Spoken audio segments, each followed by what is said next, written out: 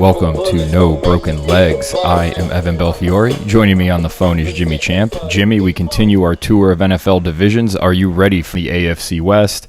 I am. You know, the last division we did was the AFC South, so I'm glad to get that taste out of our mouth and get into at least a little bit better division. Yeah, and there's a lot of fun player props to play around with, especially with the Chiefs. So that's probably where we should start. Last year's AFC champion Chiefs, they are plus 500 to win the Super Bowl. They are plus 250 to win the AFC, and they are minus 305 to win the AFC West. Everybody thinks they're going to win it. Their over-under sits at 12.5. So, Jimmy, do you think this team wins more than 12.5 games and wins the AFC West? I don't see how they don't. I have them at least at 13 wins with a couple other possibles, which we'll get into here as we get going. But I have them minimum 13 wins when I look at their schedule. Yeah, I like the over for them too. Another fun line for the Chiefs team-wise is they are plus 400 to be the highest scoring team in football. Well, I'm going to hammer that bet because they play a lot of bad defenses this year. And they should have a little something to prove after really a pretty pitiful performance in the Super Bowl. Yeah, absolutely. And I would say much like we said with the Browns, obviously you want to stay away from the AFC West bet because you're going to have to bet $350 to break even, 305.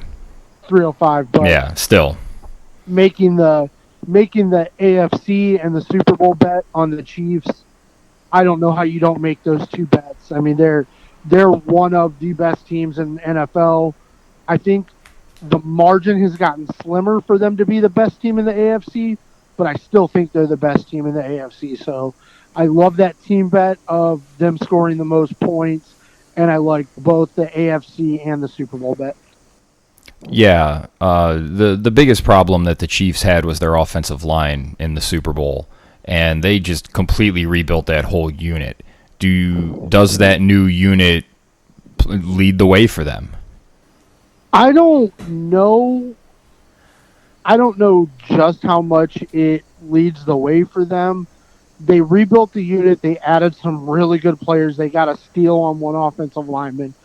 I like the moves they made. I don't know if they're probably a top 5 to 10 offensive line.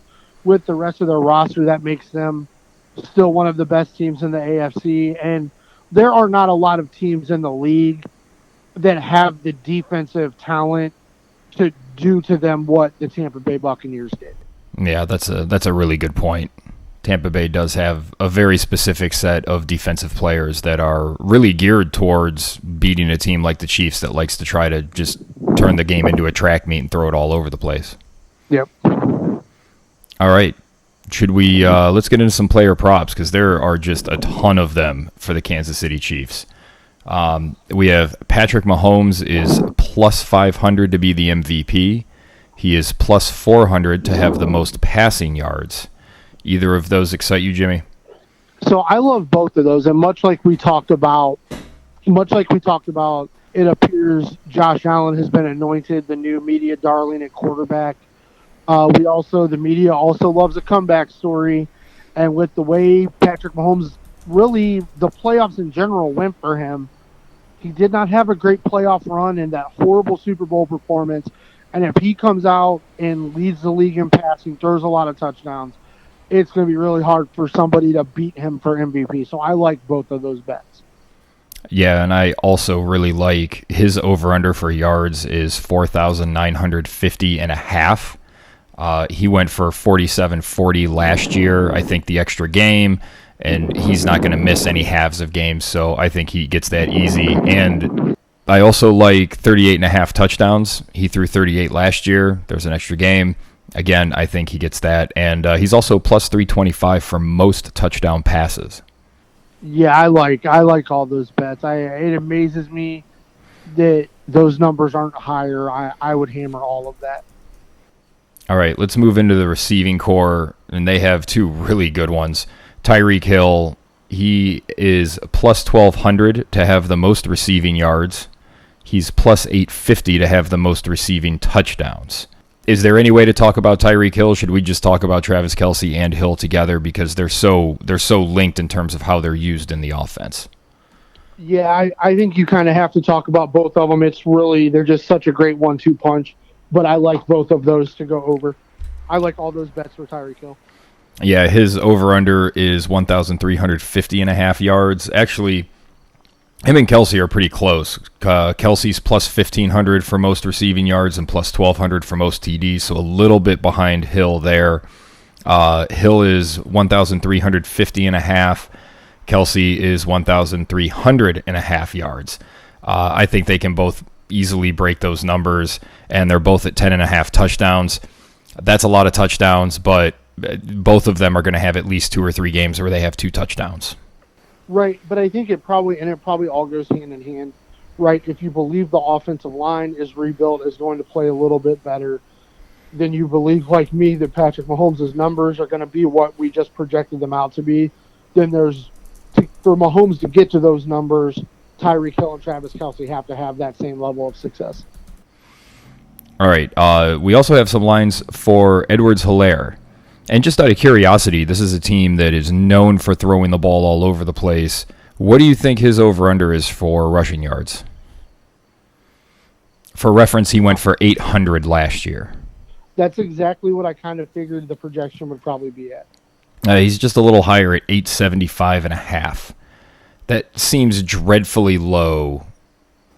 It does. For myself personally, I would stay away from that. I need to see him stay healthy and get in between the tackles a little bit. I think he's going to lose some carries to Jerick McKinnon and Darwin Thompson in situational football. So I love CEH, but I think situationally, I think they will pivot away from him. So for me, I wouldn't take that bet. Yeah, that's a good point. McKinnon, it just seems to have been snake bitten. He's kind of getting another chance here with the Chiefs. Let's see if he can do something with that. He's just a little bit bigger version of Clyde Edwards-Helaire. So if he stays healthy, I could see him eating into some carries. Anything further on the Chiefs? I feel like a lot like the Bills, we're going to spend a lot of time talking about how good they are throughout the course of the season. Yeah, there are just 2 things. There are 2 things I want to talk about. You know, we talked about how much what happened with Andy Reid's son may very well have been a factor in the Super Bowl. We don't know, but it absolutely could have been. And we kind of expect this Chiefs team to come out and try to just light the world on fire. But I want to talk about their schedule for just a minute, if you don't mind. Yeah. So they have the NFC East. I see them going undefeated against the NFC East teams. That seems perfectly reasonable. I have them at least 5-1, if not 6-0 in their division. Maybe they always find a way to drop a game. I feel like they're going to go 5-1. So I like 5-1, and then I also have them with wins against the Titans, the Packers, the Steelers, and the Bengals. So that gets them to 13, right? So I have them with losses possibly to the Bills, Browns, Ravens, and Chargers. Now, for all full disclosure, as we've gone through other teams, I've picked the Chiefs to beat every one of those teams. But what would be wild to me, just with the way the start of their season is, they have the Browns, Ravens, and Chargers to open the season. Yeah, it's a tough start. And I mean, even if they lost one of those, it would be the world is ending. But if they only go 1-2 to start the season, that's going to put extra pressure on that offensive line, extra pressure on Patrick Mahomes, extra pressure on Andy Reid. And I'm curious to see how they will bounce back from that. I don't think they're going to go 1-2 in those games. I think they'll probably go 2-1.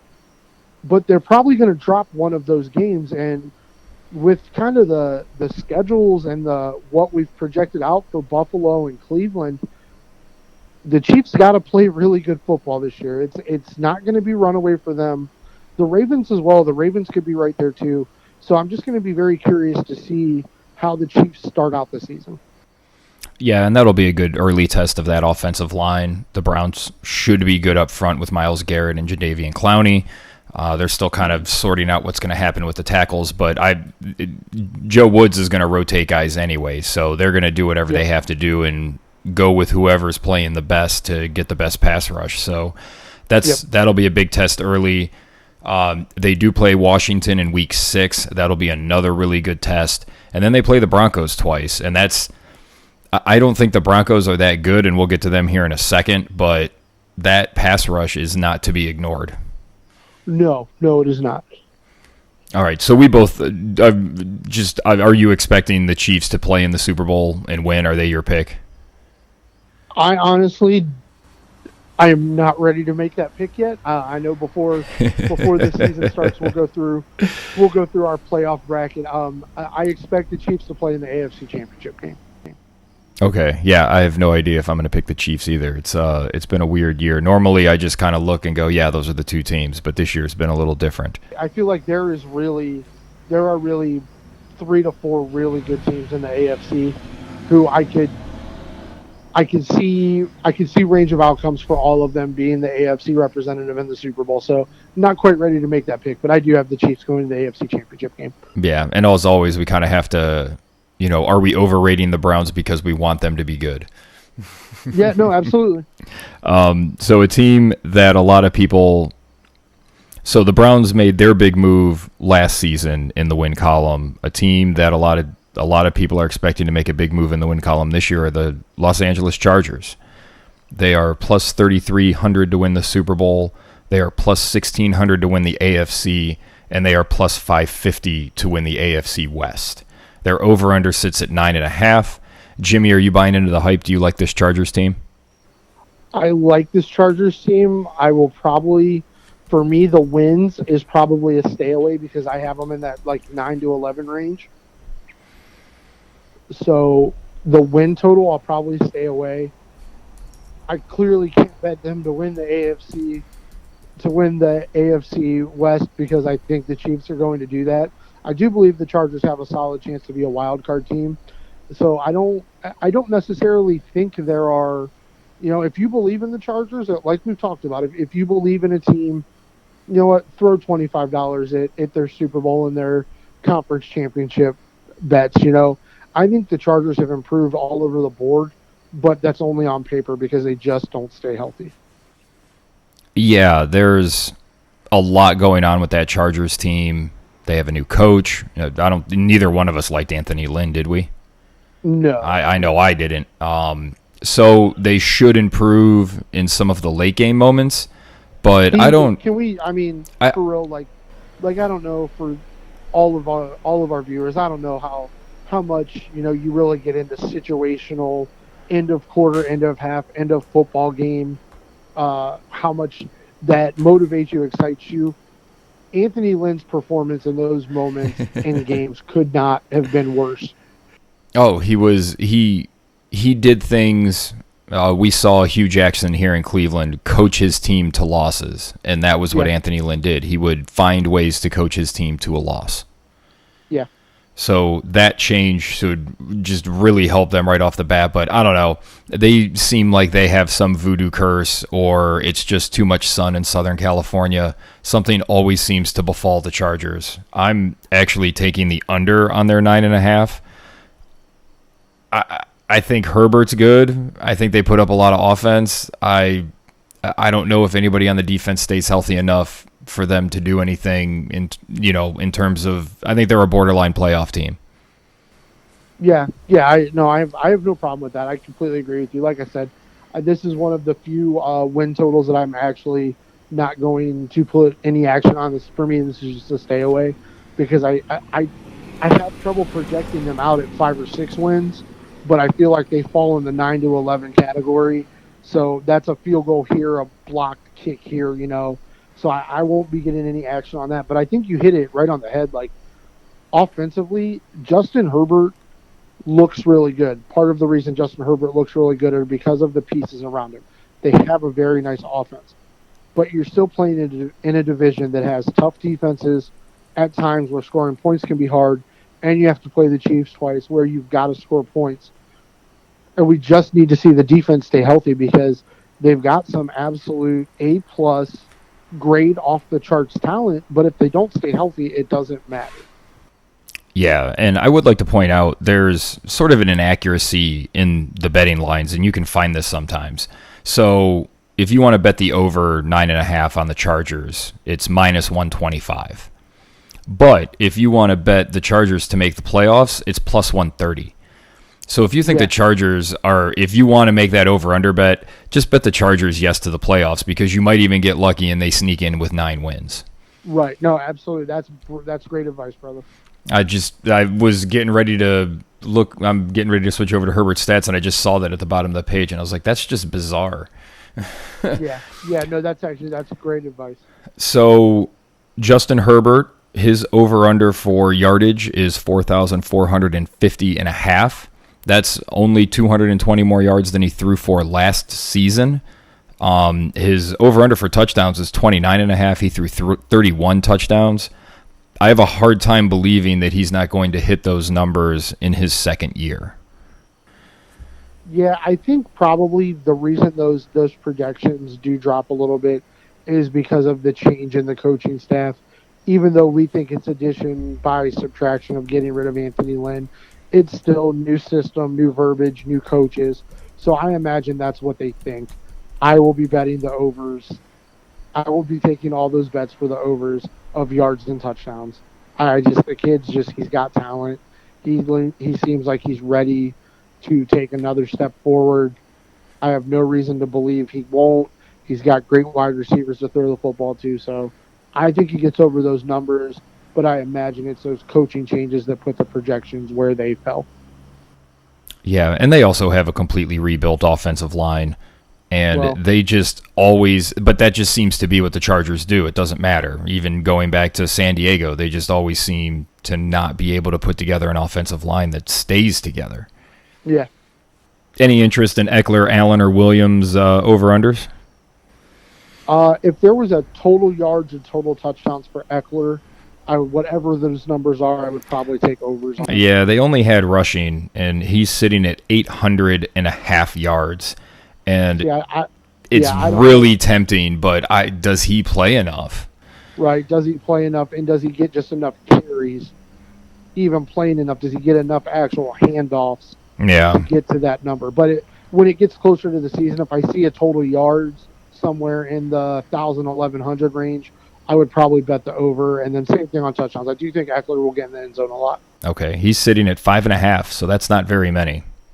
No, not at all. I would definitely bet that. I think he's probably in the 8 to 10 touchdown range. So. Wow. Yeah, especially if that offense is going to be really good. And I also think the over-unders for Keenan Allen sits at 1,050.5, and Mike Williams is at 875.5. And it just, both of those numbers seem low, especially with Herbert's over-under sitting at 4,400. Like those are the two main guys he's going to throw to. It would not surprise me if they're both over 1,200.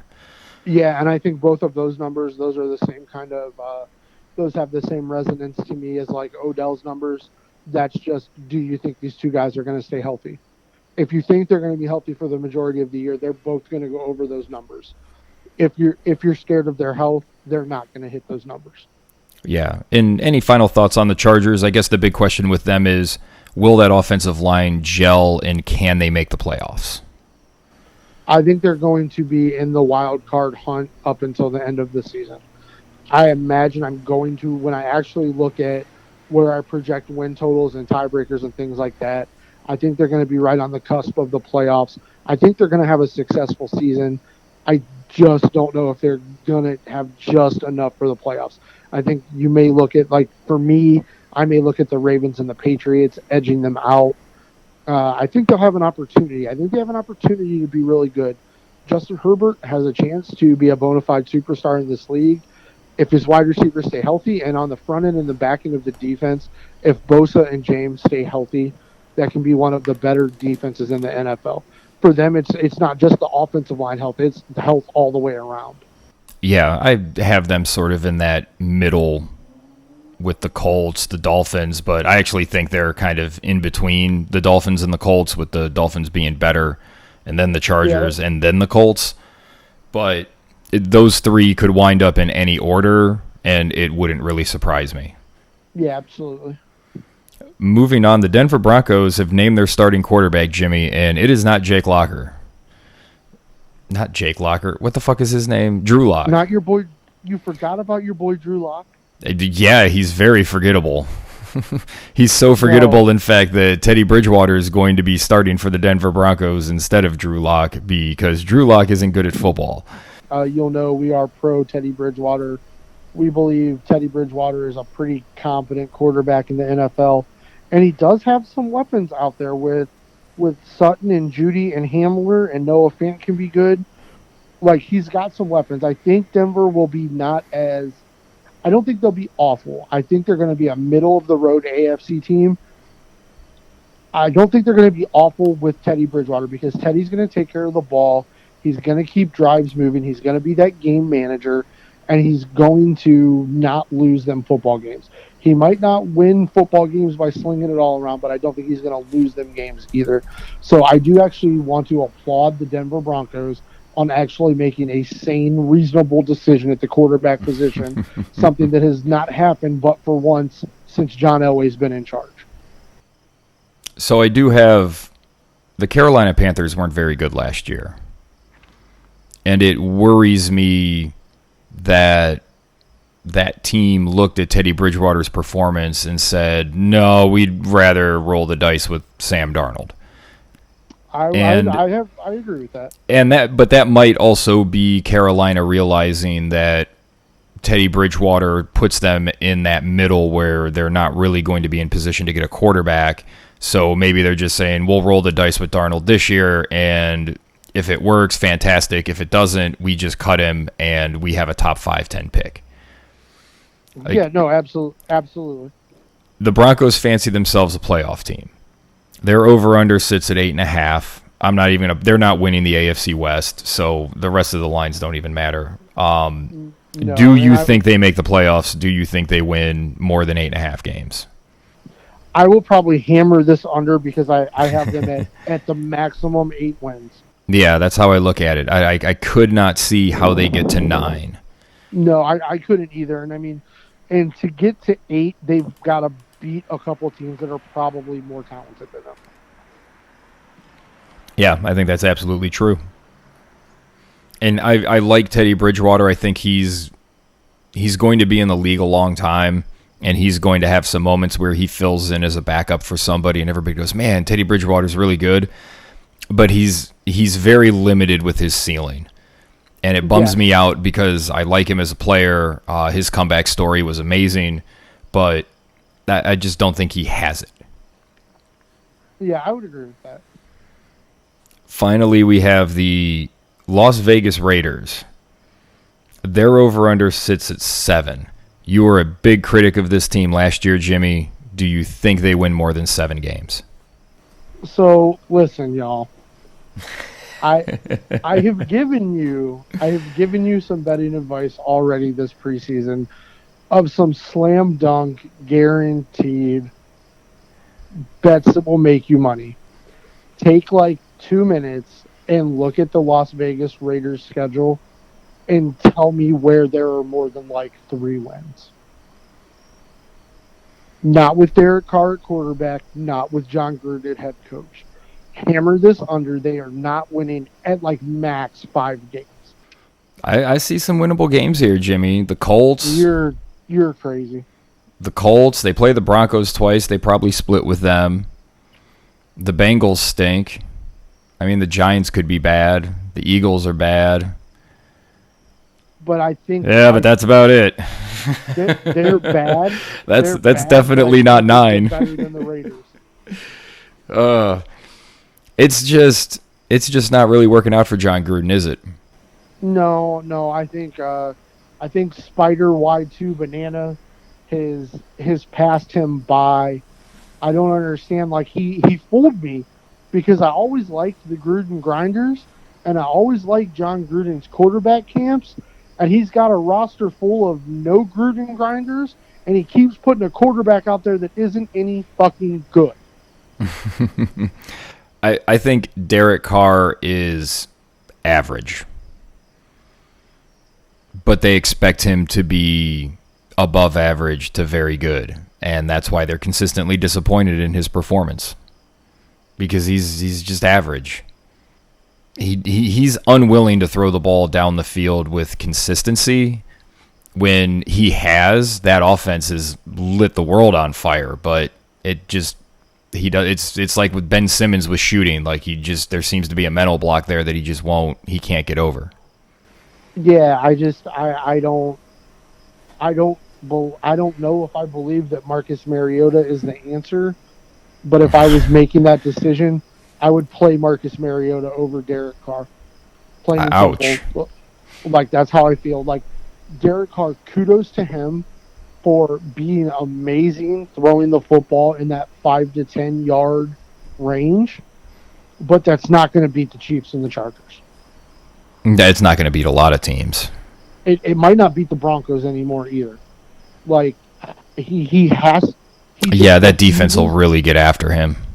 Yeah, I mean, he refuses to push the ball down the field, and that's a shame because Ruggs and Waller and Moreau are all three very talented pass catchers, and I think Jacobs is a top 10 running back, but they just want to keep leaning on Derek Carr, and I just don't think it's a path to winning. I don't think the players have bought into John Gruden one bit. I don't think it's going to work. I think it's going to be a failure in the end. And they're just not a good football team. And it's weird because, yesterday we talked about when we did the AFC South, what's the worst division in football? It's probably the AFC South. If it's not the AFC South, it's probably the NFC East. And the AFC West plays the NFC East. And there really was not one of those games where I was like, for sure the Raiders can beat those teams. Yeah, you think they'd be lucky to get out of those 4 games 2-2. I'm not a fan of, I like the Redskins, and for me, the rest of the NFC East is meh, but I still think they're going to be able to beat the Raiders because John Gruden and Derek Carr will find a way to lose the game. Okay, so you just mentioned Josh Jacobs. You said he could be one of the best running backs in the league. And as you said that, I'm looking at his over-under. His over-under for yardage is 1,025.5 yards, and his touchdown mark is 8.5. Last year, he went over on both of those. He had 12 touchdowns, and he was about 40 yards over on average. Do you like both of those bets after saying he's a top 10 back? I like both of those bets. I would make both of those bets. Yeah, I like it too. In 2019, he went for 1,150 yards, so he's going to clear. I think he clears the yardage bet as long as he stays on the field. The touchdown bet is probably a little bit more of a roll of the dice and more dependent on how good does Derek Carr play against certain teams.